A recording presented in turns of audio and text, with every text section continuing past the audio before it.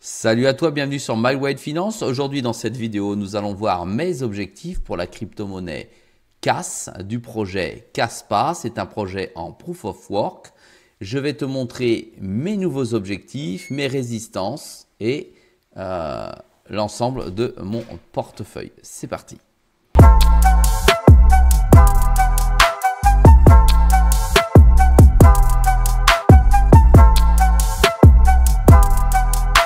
Sois le bienvenu dans cette vidéo. Je te rappelle qu'ici, il n'y a pas de conseil en investissement. Je te montre ce que je fais et comment je le fais. Ici, je te montre une crypto que j'ai dans mon portefeuille Alt Season. C'est un portefeuille pour lequel je souhaite, pendant la Alt Season, atteindre les 100 000 $. Oui, aujourd'hui, ça paraît utopique, mais j'y crois encore. J'ai 16 actifs qui sont détenus en réel sur des échanges centralisés.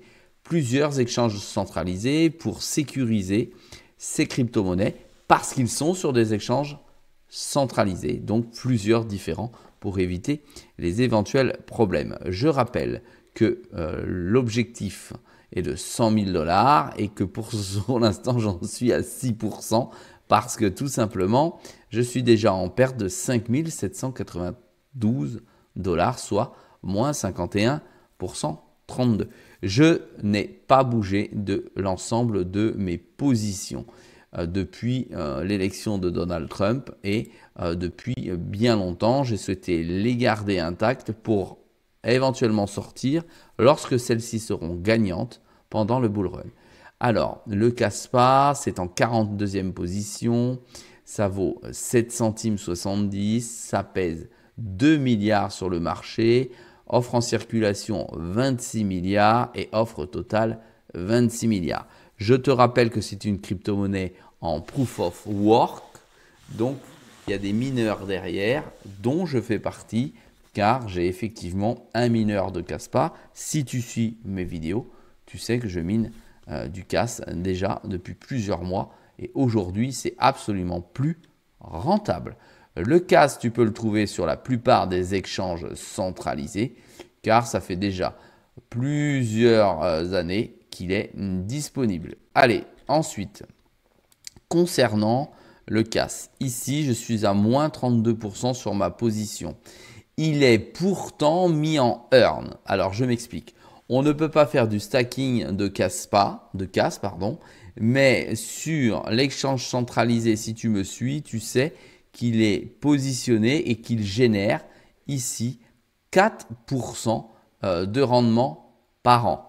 Ce qui, au terme de la première année, me rapporterait 16 $, c'est-à-dire absolument rien, ça reste résiduel. Le prix de revient unitaire est à 11 centimes 33. Ma valeur de portefeuille, 420 $. Ma quantité, 5 465. Et le prix d'aujourd'hui, 7 centimes 70. Si nous allons plus en détail dessus, je te montre la courbe. Ici, tu vois, tu as le prix de revient unitaire qui est bien ici et la courbe, c'est-à-dire la valeur de la crypto qui est très, très, très bas. Ici, tu as l'ensemble des informations qui me concernent, c'est-à-dire les pertes et les résultats, soit moins 198 $ dessus. Ce qui nous intéresse dans cette vidéo, ce sont les objectifs que j'ai calculés selon les points pivots de Fibonacci. Il y en a 3. Premier objectif qu'on appellera TP1 à 26 centimes. Deuxième objectif qui est bien au-delà de ce que tu peux entendre et imaginer, il est à 1 $. Et l'objectif ultime à 2,50 $. Venons-en sur la charte pour voir à quoi ça ressemble. Le cours est ici. Nous sommes une bougie sur KuCoin One Day. Tu vois que ça chute petit à petit.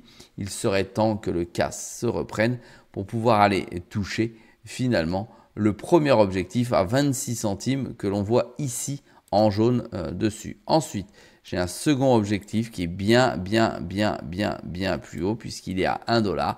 Tu vois ce que ça donne par rapport au graphe. C'est plutôt catastrophique. Hop, regarde. Et ici, j'ai le dernier à 2,50. Alors, pour être très clair, tu vois, il est sorti en mai 2023. Enfin, ici sur cet échange qui est KuCoin. Alors, pour être plus clair, c'est pour moi une crypto de long terme qui devrait aller au-delà, d'accord, au-delà de 2025, en tout cas dans mes investissements. Néanmoins, dans ma stratégie, il est fort probable que je sorte plutôt dans les 1 dollar pour reprendre plus tard et pouvoir atteindre mon objectif qui est de 100 000 dollars sur ce portefeuille. Parce que pour arriver à 100 000 dollars, tu verras dans la vidéo plus tard de fin, j'additionnerai l'ensemble de mes objectifs si tu me suis et tu verras que je n'arrive pas à 100 000 dollars.